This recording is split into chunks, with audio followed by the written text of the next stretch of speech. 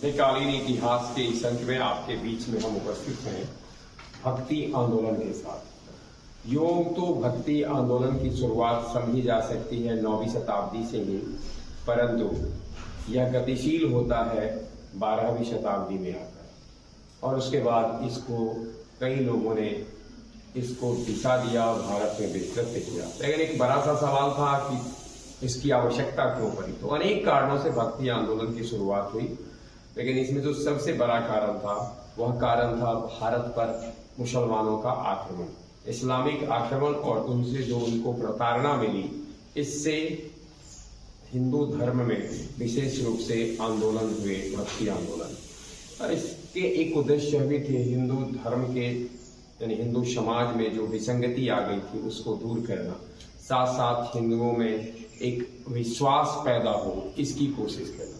इन तमाम कारणों से, और कई कारण हैं जिससे कि इस आंदोलन की शुरुआत हुई। हम आपके बीच में उपस्थित हैं। भक्ति काल के प्रमुख संत कौन कौन थे और उन्होंने किस संप्रदाय का प्रचलन किया और उनके द्वारा स्थापित मत क्या थे, यानी किस संप्रदाय से वो संबद्ध थे, और उन्होंने जो वाद दिया, मत दिया, वो क्या था, उनका जीवन काल क्या था, इसको देखते हैं। सबसे पहले भक्ति आंदोलन की चर्चा होगी तो सबसे पहले जो नाम आएगा वो शंकराचार्य का आता है। कहा ही जाता है आदि गुरु शंकराचार्य, यानी आरंभिक कहीं थे वो। तो शंकराचार्य महज 32 वर्ष उनका जीवन काल रहा। 788 ईस्वी में जन्म लिए, 820 ईस्वी में उनका निधन हुआ, उस धरा से गए। लेकिन इस दौरान उन्होंने बहुत कार्य किए, और उनके द्वारा जिस संप्रदाय से थे वो था स्मृति संप्रदाय, और जो मत उन्होंने प्रचलित किया, जिस मत के वो प्रवर्तक थे, वो कहलाया अद्वैतवाद। ध्यान में रखना है, अद्वैतवाद का प्रवर्तक शंकराचार्य, आचार्य शंकर। एक ध्यान में रखना है, अद्वैतवाद के विरोध में दक्षिण भारत के ही भिन्न भिन्न आचार्यों ने अलग अलग मत दिया, और इसकी चर्चा हम करते हैं अभी। विशिष्टाद्वैतवाद अद्वैतवाद के विरोध का मत था, जिसको दिया था रामानुजाचार्य ने। वो श्री संप्रदाय से थे, 1017 ईस्वी में जन्म लिए, 1133 ईस्वी में उनका निधन हुआ था। वही निम्बार्काचार्य ने, जिनका की संबंध शनक संप्रदाय से था, उन्होंने द्वैताद्वैतवाद दिया। द्वैताद्वैतवाद के प्रवर्तक थे निम्बार्काचार्य। माधवाचार्य ब्रह्म संप्रदाय से थे, द्वैतवाद के प्रवर्तक थे। द्वैतवाद के प्रवर्तक थे माधवाचार्य। 1199 ईस्वी में जन्म लिए, 1278 ईस्वी में उनका निधन हुआ। निम्बार्काचार्य के जन्म के बारे में सूचना है 1165 ईस्वी में, लेकिन उसके बाद अपने जीवन का अंतिम समय उन्होंने कैसे बिताया इसके बारे में कुछ विशेष उल्लेख नहीं मिलता है। वही कबीरदास, जिन्होंने एक नया पंथ की ही शुरुआत कर दिया था, कबीरपंथी की, विशुद्ध द्वैतवाद के प्रवर्तक कहे जाते हैं। और 1440 से 1510 ईस्वी में, विशेष उस समय जब लगता है कि अत्यधिक हिंदुओं पर, यानी धर्म मतलब हिंदू समाज में विसंगति होने के साथ साथ उस समय बहुत ही ज्यादा हिंदुओं को प्रताड़ना झेलना पड़ रहा था, तब कबीर दास ने कबीरपंथी की शुरुआत की थी। नानक सिख धर्म के प्रवर्तक कहे जाते हैं, सिख संप्रदाय से भी थे, और इनके द्वारा कोई मत दिया गया, विशेष मत दिया हुआ नहीं था। तो इनका जन्म हुआ था 1469 ईस्वी में, निधन हुआ 1538 ईस्वी में। 1469 ईस्वी में तलवंडी पड़ता है, अभी फिलहाल पाकिस्तान में पड़ जाता है, वहां इनका जन्म हुआ था। चैतन्य प्रभु पहले वल्लभाचार्य रुद्र संप्रदाय से थे। इन्होंने शुद्धाद्वैतवाद का प्रचलन किया, और वल्लभाचार्य, माधवाचार्य, निम्बार्काचार्य और रामानुजाचार्य, इन चारों ने शंकराचार्य के अद्वैतवाद के विरोध में ही अपने वाद को दिया था। आगे चल करके 1470 से 1531 ईस्वी में वल्लभाचार्य का जीवन काल रहा। वल्लभाचार्य के बारे में एक और चीज हम जान लें, वो सूरदास के गुरु भी थे। चैतन्य प्रभु पश्चिम बंगाल के थे और मध्य गोंडीय संप्रदाय से थे, और चिंत भेदा भेदवाद के प्रवर्तक थे। इनका जीवन काल 1486 ईस्वी से लेकर 1533 ईस्वी तक रहा। वही तुकाराम वारकरी के थे, किसी विशेष मत का प्रवर्तन, हालांकि इनके मत होंगे लेकिन इनके कोई ऐसे मत नहीं है जिसको कि इतिहास में बहुत जगह मिला हो। 1544 से 1603 ईस्वी तक इनका ताज था दादू दयाल का। दादू पंथ के थे, निपक्ष थे। तुकाराम थे बारकरी से, 1598 में जन्म लिए, 1650 ईस्वी तक। वहीं हित हरिवंश राधा वल्लभ संप्रदाय से थे और इनके जन्म के बारे में कुछ विशेष सूचना नहीं है। वहीं भास्कराचार्य ने भेदवाद मत का प्रवर्तन किया और इनके बारे में भी कुछ विशेष जानकारी नहीं है। श्रीकंठ ने शैव विशिष्टाद्वैत का, श्रीपति ने वीर शैव विशिष्टाद्वैत का और विभान भिक्षु ने अविभाग द्वैत का प्रवर्तन किया था। मूल रूप से जो हमें ध्यान में रखना है वो है शंकराचार्य का, निम्बारकाचार्य का, रामानुजाचार्य का, माधवाचार्य का, कबीरदास का, नानक का, वल्लभाचार्य का, चैतन्य प्रभु का। ये हमें विशेष रूप से देखना है। और इसके बाद हम एक नजर डालते हैं शंकराचार्य ने भारत के यानी कह सकते हैं कि आर्यावर्त की जो सीमाएं थी उसको चारों दिशाओं में जाकर उन्होंने एक पीठ अपने समय में पीठ की स्थापना की।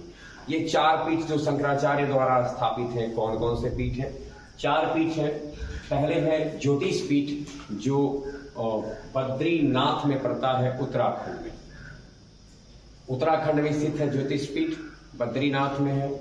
गोवर्धन पीठ पुरी में है स्थित, ओडिशा राज्य में। ओडिशा पहले कहते थे, अब उसे ओडिशा कहते हैं। शारदा पीठ गुजरात द्वारका में है और श्रृंगेरी पीठ मैसूर के वर्तमान के कर्नाटक जिसे हम कहते हैं वहां स्थित है। आंदोलन की बात की जाएगी अगर मध्य काल के आंदोलन की, तो इसकी शुरुआत भारत में, दक्षिण भारत में हुई थी, अलवार भक्तों के द्वारा की गई और उत्तर भारत में इसको लाने का श्रेय जाता है रामानंद जी को, जो 12वीं शताब्दी में लाए और उनके शिष्यों ने इसको काफी ऊंचाई प्रदान किया। अब हम एक नजर डालते हैं सिख धर्म के 10 जो गुरु रहे हैं उनके ऊपर। सिख संप्रदाय में 10 गुरु जाने जाते हैं और ये 10 गुरु कौन कौन है इनको हम देखते हैं। सबसे पहले तो ध्यान में रखेंगे कि इस धर्म की स्थापना, इस संप्रदाय के प्रवर्तक थे गुरु नानक। और पहला जो ये काल दिया हुआ है उसमें गुरु नानक का जीवन काल है और अन्य गुरुओं के गुरु काल है, अर्थात उस पीठ पर जब वो बैठे और कितने समय तक गुरु के पद पर रहे, इसका काल है। गुरु नानक जन्म लिए थे 1469 में, उनका निधन हुआ 1538 ईस्वी में और मृत्यु पर्यंत वो इस धर्म के यानी जब से उन्होंने स्थापना की, अब कब से इसकी स्थापना की, वो वर्ष कौन था, इसका कोई बिल्कुल सही उल्लेख नहीं मिलता है, इसलिए हमने इसको मेंशन नहीं किया है। सिख धर्म के प्रवर्तक थे। गुरु अंगद दूसरे गुरु थे और उनका जो गुरु काल रहा है गुरु नानक के बाद, गुरु नानक के निधन के बाद 1538 ईस्वी में इस पद पर आए और 1552 ईस्वी तक रहे। और उनकी जो खास उपलब्धि थी, उन्होंने गुरुमुखी लिपि का विकास किया। गुरुमुखी लिपि के जनक कहे जाते हैं वो लिपि, जिसमें गुरु ग्रंथ साहिबा जो ग्रंथ है, गुरु ग्रंथ साहिब गुरु नानक के उपदेशों का, वो जिस लिपि में है उसका विकास किया था गुरु अंगद ने। अमरदास तीसरे नंबर पर के गुरु थे, 1552 से 1574 तक रहे। वही रामदास चौथे नंबर पर के थे, 1574 से 1581 ईस्वी के बीच थे। और इनकी खास उपलब्धि थी, वर्तमान में जो अमृतसर शहर है उस शहर की स्थापना गुरु रामदास ने की थी। गुरु अर्जुन देव ने जहां अमृतसर शहर की स्थापना की थी, उसी अमृतसर शहर में गुरु अर्जुन देव ने स्वर्ण मंदिर की स्थापना की। 1581 से 1606 ईस्वी तक उनका काल रहा और स्वर्ण मंदिर की स्थापना के अलावा उन्होंने गुरु ग्रंथ साहिबा का और हरिमिंदर का संकलन किया। यानी गुरु ग्रंथ साहिब जो सिखों के पवित्र ग्रंथ हैं उसका उन्होंने संकलन किया था। वही हरगोविंद सिंह 6ठे नंबर पर थे, 1606 से 1645 ईस्वी तक थे, अकाल तख्त की स्थापना किया। और इनकी देन ही है कि सिखों को उन्होंने एक लड़ाकू जाति के रूप में परिवर्तित किया।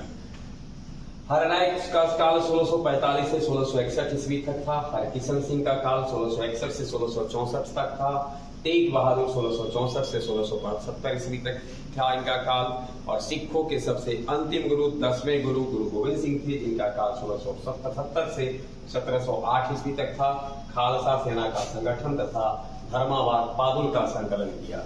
तो इस प्रकार से ये सिख 10 गुरु थे। गुरु तेग बहादुर को औरंगजेब ने उनको उनकी तरफ से समझ रहे बहुत ज्यादती उनके साथ किया गया था, और औरंगजेब ने तेग बहादुर को आरा मिल में रखकर चिरवा दिया था। बिल्कुल। उसके बाद गुरु गोविंद सिंह का भी लंबा संघर्ष रहा, औरंगजेब के साथ चलता रहा। इनके पुत्रों को भी शहादत मिली। अब हम एक नजर डालते हैं महाराष्ट्र के भक्ति आंदोलन पर। महाराष्ट्र के जो भक्ति आंदोलन के प्रमुख प्रवर्तक थे, प्रमुख कह लें धर्म सुधारक कह लें, जो भक्त सब थे, उनमें सबसे पहला नाम आता है नामदेव का। संत नामदेव का जन्म 1270 ईस्वी में हुआ था और उनका निधन 1350 ईस्वी में हुआ। वहीं ज्ञानेश्वर ज्ञानदेव के नाम से जाने जाते हैं। अपनी अल्प आयु में ही उन्होंने धर्म का प्रचार महाराष्ट्र, गुजरात और पश्चिम भारत के साथ साथ दक्षिण भारत में किया। 1271 से 1296 ईस्वी तक उनका जीवन काल रहा। संत एकनाथ 1533 से 1599 ईस्वी तक रहा, और संत तुकाराम का काल 1598 से 1650 तक रहा। वहीं संत रामदास का नाम 1608 से 1681 ईस्वी तक था। बहुत बहुत ध्यान में रखना है हमको कि संत रामदास, समर्थ गुरु रामदास, ये शिवाजी के गुरु थे।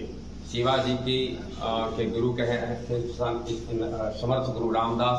ये भक्ति आंदोलन से जुड़े कुछ डेटा थे, तालिका थे, जिसके साथ मैं आपके बीच में था। और फिर भक्ति आंदोलन से जुड़े जो प्रमुख संत रहे हैं, उन्होंने किस प्रकार से भक्ति आंदोलन को गति प्रदान किया, इसके साथ हम आपके बीच में उपस्थित होंगे अगले वीडियो में। धन्यवाद।